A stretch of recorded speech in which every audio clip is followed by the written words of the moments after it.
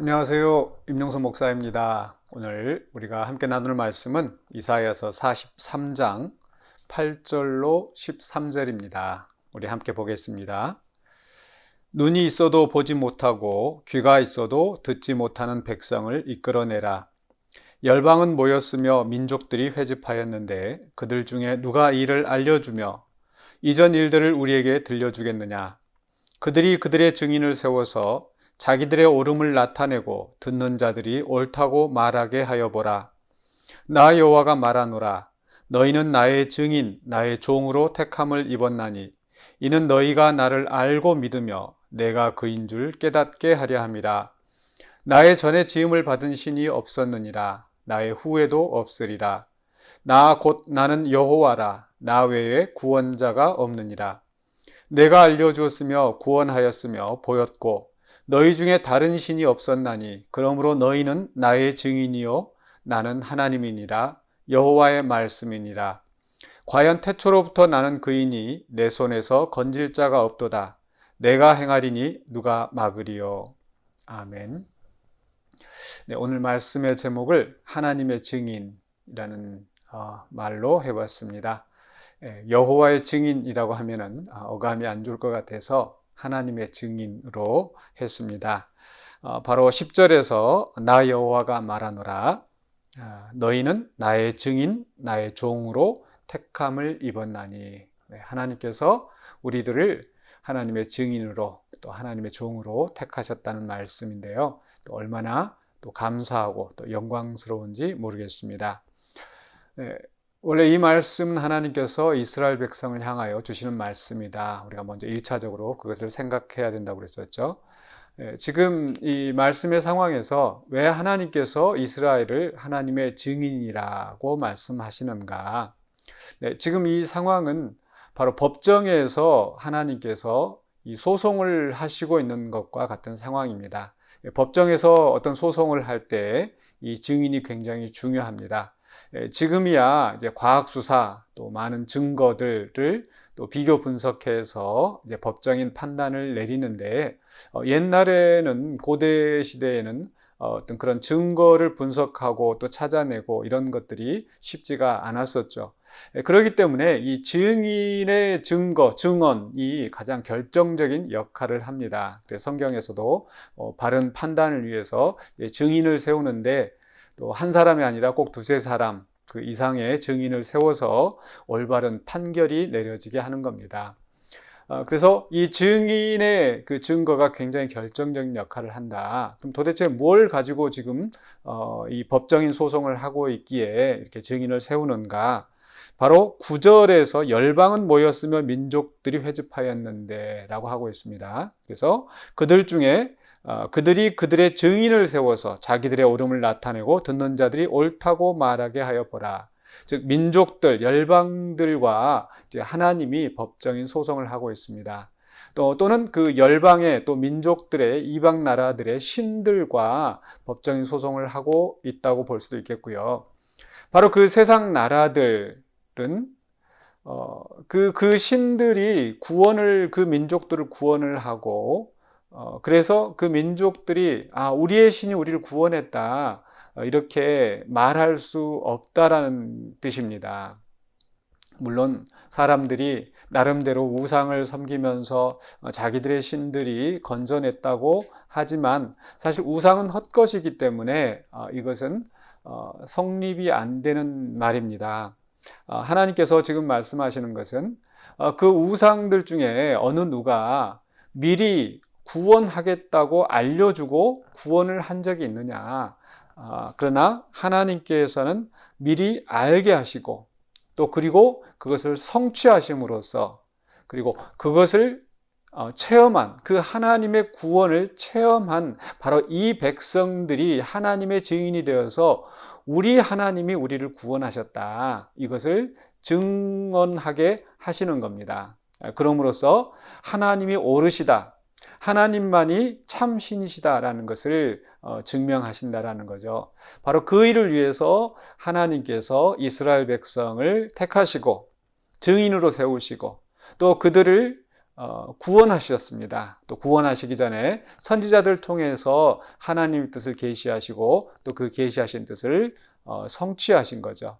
이런 과정 속에서 이스라엘 백성들이 하나님의 구원을 체험하고 그리고 그 구원하신 그 하나님을 모든 만방 중에 선포함으로써 하나님의 영광이 나타나고 하나님을 아는 지식이 온 세상에 가득하게 하시는 겁니다.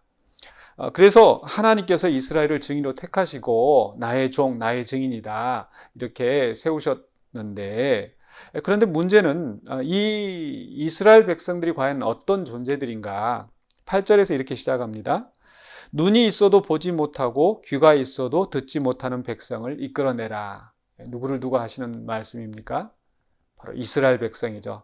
앞에서도 42장에서 19절 맹인이 누구냐 내 종이 아니냐 누가 내가 보내는 내 사자같이 못 듣는 자이겠느냐.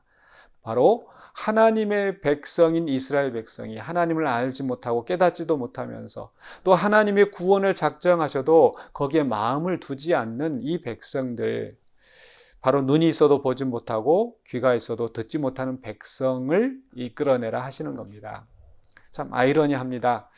증인이라고 한다면 눈을 똑바로 뜨고 또 귀를 열어서 잘 보고 잘 또 기억하는 사람을 증인으로 세워야 할 텐데 이게 보지도 못하고 듣지도 못하고 깨닫지도 못하는 이 백성을 하나님께서 증인으로 세우신다라는 거 참 이상한 일입니다.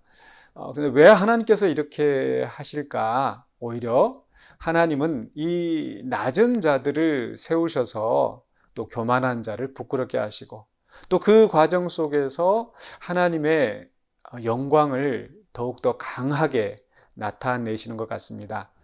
한번 이런 경우도 생각해 볼 수 있겠죠. 우리가 스포츠 드라마를 보면 가끔 그런 그 이야기들이 나오는데요. 그 굉장히 형편없는 그 팀, 뭐 축구가 될 수도 있고 농구가 될 수도 있는데 그 형편없는 팀을 어떤 그 참 아주 훌륭한 지도자가 와서 그 선수들을 변화시키고 그리고 이제 그 선수들을 데리고 뭐 우승을 한다든지 아주 극적인 드라마를 만들어내죠. 사람들은 그런 그 영화 또 그런 드라마를 보면서 굉장히 또 어떤 희열을 또 그런 그 위로를 받게 됩니다. 만약에 아주 강한 선수들, 잘하는 선수들을 데리고 우승을 하는 것은 별로 그렇게 감격이 되지 않을 수도 있습니다. 그러나 정말 형편없는 사람들을 데려다가 우승을 하는 그런 그 지도자가 정말 명장이겠죠. 바로 우리 하나님이 그런 대단하신 하나님이라는 것을 하나님은 강조하시고 있습니다. 그래서 눈이 있어도 보지 못하고 귀가 있어도 듣지 못하는 이 어리석은 백성을 하나님께서 변화시키시고 또 그들을 구원하시는 겁니다. 그래서 10절에서 너희는 나의 증인 나의 종으로 택함을 입었나니 이는 너희가 나를 알고 믿으며 내가 그인 줄 깨닫게 하려 함이라. 여전히 눈이 있어도 보지 못하고 귀가 있어도 듣지 못하는 그 수준에 머물러 있으면 증인이 될 수가 없습니다. 과거에는 그랬다 할지라도 이제 하나님의 택하심을 받고 하나님의 종으로 부르심을 받았으면 하나님을 알고 믿으며 하나님이 그 믿는 여호와가 하나님이신 것을 깨닫고 이제 그 깨달은 것을 가서 널리 선포하는 겁니다. 여기에 우리 소망이 있습니다. 우리가 잘나서 우리가 똑똑해서 우리가 뭔가 대단해서 하나님 우리를 택하시는 것이 아니라 우리가 부족하고 연약할지라도 하나님은 우리 안에 큰 역사를 이루셔서 우리를 하나님의 종, 하나님의 증인으로 세우시는 것입니다. 물론 똑똑하고 훌륭한 사람도 하나님이 쓰십니다. 중요한 것은 바로 자기 자신을 의지하고 교만한 사람이 아니라 바로 하나님 앞에 겸손히 또 맡기고 하나님의 뜻을 따라가는 그러한 사람이 또 미련한 자이든 지혜 있는 자이든 힘이 있는 자이든 약한 자이든 하나님의 종으로 하나님의 증인으로 쓰임받을 수 있을 것입니다. 오늘 하나님께서 이스라엘 백성을 하나님의 증인으로 세우셨던 이 말씀은 신약 성경에서 성취되어지죠. 바로 예수 그리스도께서 그 제자들을 세우시고 그 제자들을 예수 그리스도의 증인으로서 모든 민족들에게 보내셨습니다. 이 제자들도 가만히 생각해 보십시오. 그 제자들을 예수님께서 택하실 때에 바리새인들, 서기관들, 그 당시에 굉장한 율법학자들을 세우신 게 아니지 않습니까? 갈릴리의 어부, 또 세리, 정말 낮고 천한 사람들을 예수님께서 택하셨어요. 그리고 예수님이 그 제자들과 함께 다닐 때에도 참 그 제자들 깨닫지 못했습니다. 예수님께서 여러 번 말씀하셨죠. 너희가 아직도 깨달음이 없느냐? 너희가 아직도 믿음이 없느냐? 눈이 있어도 보지 못하고 귀가 있어도 듣지 못하는 이스라엘 백성들처럼 이 제자들은 깨닫지 못했습니다. 알지 못했습니다. 그러나 예수님은 참으시고 또 그들을 끝까지 포기하지 아니하시고 가르치시고 그리고 부활하신 후에 다시 찾아오셔서 그들을 세우셨죠. 그리고 또한 놀라운 역사를 이루십니다. 바로 성령님을 그들 가운데 임하게 하시고 또 하나님이 약속하신 성령이 그들 가운데 임하심으로 말미암아 바로 그들이 변화되어서 땅 끝까지 이르러 예수 그리스도의 증인이 되는 그 사명을 감당하게 된 겁니다. 오늘 우리에게도 그런 역사가 일어나는 줄로 믿습니다.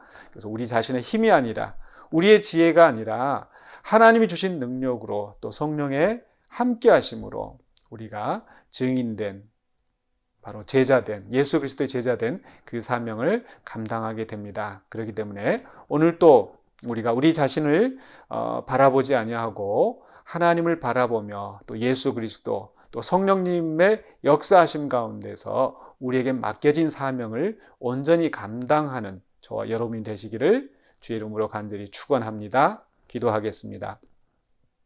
사랑의 주 하나님 은혜를 감사합니다. 우리가 연약하고 부족할지라도 우리가 지혜가 없고 또 우리가 언변이 약할지라도 또 우리가 죄 가운데 헤매이며 또 주님을 근심하게 하는 자일지라도 포기하지 아니하시고 끝까지 우리를 붙드시고 하나님의 종, 하나님의 증인으로 하나님의 사역자로 세우신 것을 감사합니다.